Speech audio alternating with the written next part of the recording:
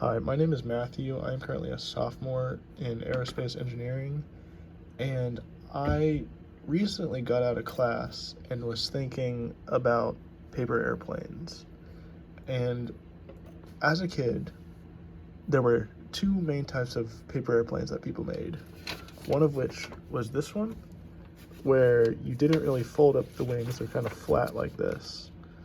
And then this type of paper airplane, where the wings are folded up and kind of make like a tube for the air to go down. Now, those two specifically kind of suck, those airplanes. This is the design I usually go for, but it still has the wings folded up. And I was leaving class, and I finally realized why paper airplanes, or why that works on a paper airplane. And it's also used in the industry, in aerospace industry. So if you just look up, YouTube long flight paper airplanes, or in my case, best paper airplanes, obviously you have, number one, flat tail, still a flat tail. But you also see the tips of I'm using the wrong word, the wings folded up like this.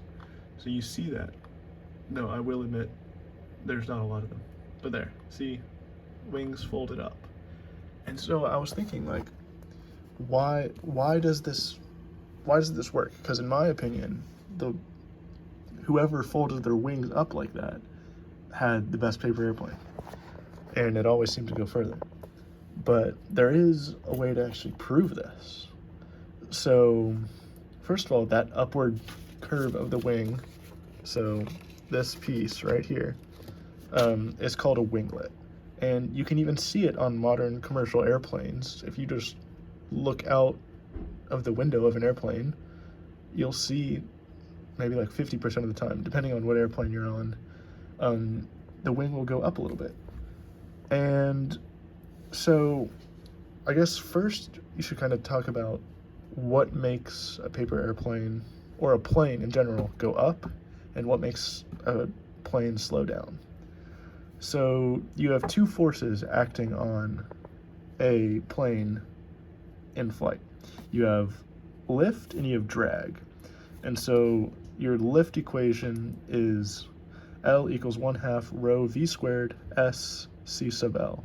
And in English, that says lift equals 1/2 times the density of the air times the velocity of the air squared times the surface area of your wings, which is just that and that,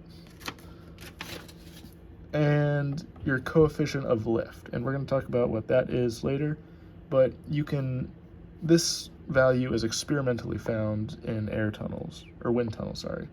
And then you have drag, so D equals 1/2 rho v squared s c sub d. So very similar to lift. So this one's drag equals 1/2 times density of the air times velocity of the air squared times surface area of the wing times coefficient of drag. Now, let's think about a paper airplane. It's basically a glider. It has no engine, nothing to propel it forward. The only thing that's moving it is the forces of the air acting on the wings, which is lift and drag. So, if we want a glider, or a paper airplane in our case, to be most effective, we want to maximize the lift to drag ratio. So L over D. But in these equations, we said that density of the air, velocity of the air squared, and surface area. In our case, we're not going to change any of those. We're going to fly the paper airplanes in the same room, and we're not going to change the surface area. We're just going to add a little bit sticking up. So the only thing that can change are these coefficients of lift and coefficient of drag. So now we have kind of what we need to focus on. We need to either increase lift or decrease drag. are these coefficients. But drag also increases with lift, but it's at a small rate. So I can actually show this in this book, Theory of Wing Sections. If we just go to one of these, sorry, I have to do all this with one hand. So this is an airfoil of a wing. This is what it looks like. So it's basically just a cross section of a wing. So this table is showing angle of attack versus coefficient of lift. So coefficient of lift is on the left side and angle of attack is on the bottom. Basically what this is saying, and we're going to look at this diagonal line right here. Basically what it's saying, actually it doesn't matter what it's saying. What we're going to look at is the fact that this is increasing by 0.8 to 1.2, 1.6. So it's increasing, you know, it's a small increase, but it's increasing nonetheless.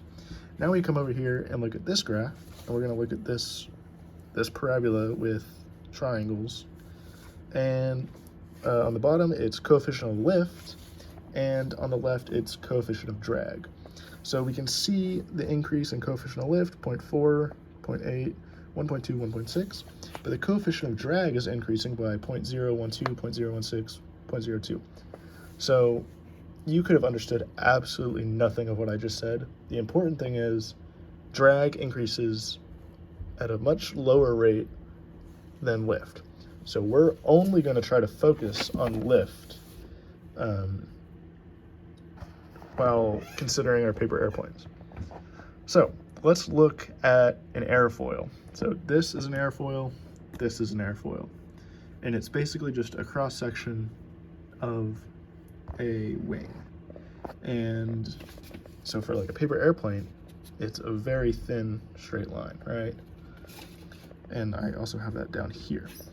So when wind is going over, or an airflow as we call it, is going over your wing, the way a wing is designed is to have low pressure on the top, or low air pressure, and high pressure on the bottom. So this is going to create your lift vector, because your high pressure air wants to get to the low pressure, so it's going to push the wing up, and there's your lift.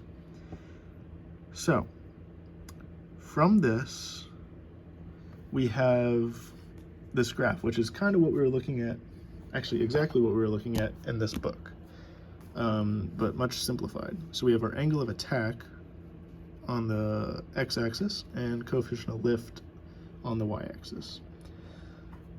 So why do we need to look at this?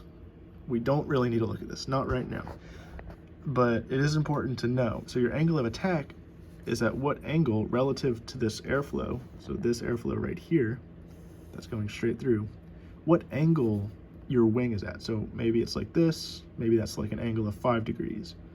So it just depends on how you're coming at the wind, and it's represented by alpha here, as you can see. Now, we've been looking at an airfoil, which is just a tiny little sliver of a wing. And at the ends of wings, there's no more wing to stop air from doing all kinds of funky things, basically. So now we look at this diagram, and this is an entire wing of a plane. So imagine there's a fuselage of a plane here and the two wings on either side. So as you can see, you have your low pressure and high pressure on the top and bottom, but at the ends, you have high pressure, but it can now go to the low pressure side because there's no wing blocking it. So your high pressure air spills over the top and is now coming onto the top of the wing.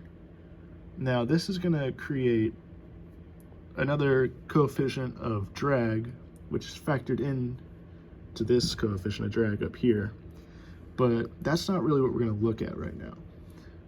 The bigger problem in this is that, and actually let me explain why that's not a big problem. In most planes, and maybe a little less in paper airplanes, but in most planes, by the time this air gets to the top of your wing's already going to be out of the way. because you're going like 600 miles an hour in a plane. Now, on a paper airplane, you're going a lot slower, and your wings are usually a lot bigger compared to the speed you're going. So it is a factor that your air is coming up and hitting your wing and pushing you down. Nonetheless, on planes and also on paper airplanes, you're going to be creating these what we call vortices. And so this air is coming up and around your wing, and it's coming down and making these circles in the air as it goes down, right? And they're getting bigger and bigger and slower as they go. But the problem is this pushes your airflow down. So your air is coming straight along like this, la, la, la, la, la, and it hits a vortice. Oops, now it's going down. So now we have our paper airplane wing over here. As you can see, it's just a straight line, basically. This is like really zoomed in because, you know, there's a width to this paper. And so you can see that your relative airflow is going straight, and as soon as it hits where these vortices would be being created, it kind of goes down. Now, this is where we look at angle of attack. So, as you can see here, I have labeled relative airflow, and it's going straight. But in our case, our relative airflow is not going straight. So our angle is being made with this kind of imaginary line we make here. And this line is going above our wing, which means we have a negative angle of attack. So then if we look back over at this graph, maybe this is where we are with no vortices, right? We have a positive angle of attack, we have a positive coefficient of lift. But now we have a negative angle of attack, so now we're over here, and we have a very small coefficient of lift. And depending on how small that angle of attack is, it could actually go down into the negative, which is not good. That means your plane's gonna crash. So, how do we stop these vortices from forming? Well, say this is a paper airplane wing in, we add some winglets to it. Like we described, we fold up the wing. Now, this vortice, as you can see from this arrow, comes up and boop, it hits the wing. The air is stopped, it doesn't get up on top of the wing to push the wing down, as well as the whole plane, and it stops these vortices from starting in the first place. Now, obviously, this isn't a perfect solution. Some still form. It's just an inevitable thing. Nonetheless, these little winglets stop a good portion of these vortices from forming, making our coefficient of lift be higher than it would be without them. So winglets help prevent the vortices from forming, which cause a negative angle of attack and a resulting smaller coefficient of lift. I just realized I didn't really tie everything up, and instead I kind of just left you on a cliffhanger. So I'm just gonna quickly run through everything and explain why this works. So we want the highest possible coefficient of lift because it's proportional to lift. And the more lift you have, the more you stay in the air in terms of a glider or a paper airplane. The higher your lift is, the more time you have in the air. So how do we do this? We want to increase our angle of attack because it's directly proportional, for a while at least, to our coefficient of lift. So the higher our angle of attack is, the higher our coefficient of lift is. So how do we do that? Well, we know that relative airflow, it's going to curve down because of this high pressure to low pressure and these vortices that form, like that.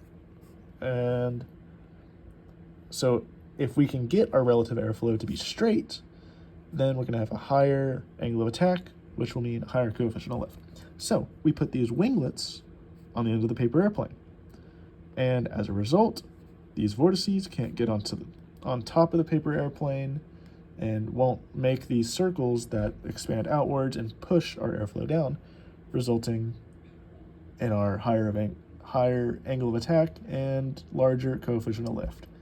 So basically, put winglets on your paper airplanes because science told you. And I think that's really cool that now, after, 10 years of making paper airplanes in class, I now know why I did some of my design choices when they were originally just, that's what everyone else was doing, so I'll do it too. But, now I know why, which I think is really cool. So, yeah.